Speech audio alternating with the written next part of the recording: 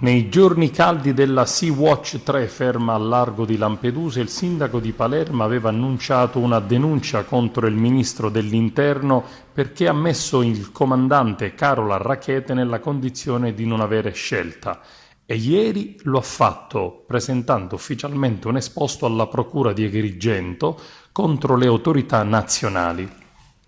La richiesta del sindaco di Palermo è semplice alla luce delle motivazioni che hanno portato la GIP Alessandra Vella a scarcerare la capitana della Sea-Watch.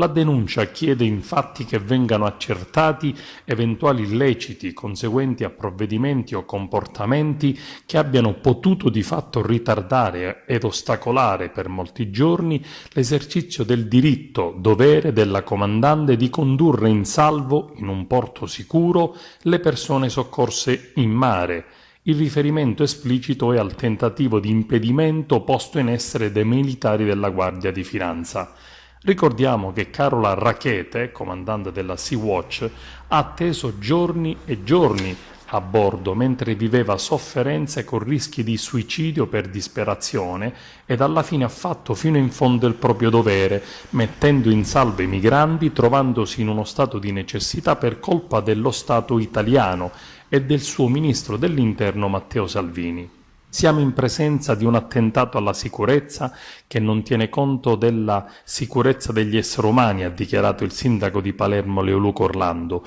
un atto naturalmente di dissenso nei confronti del governo Giuseppe Conte e della sua politica sull'immigrazione.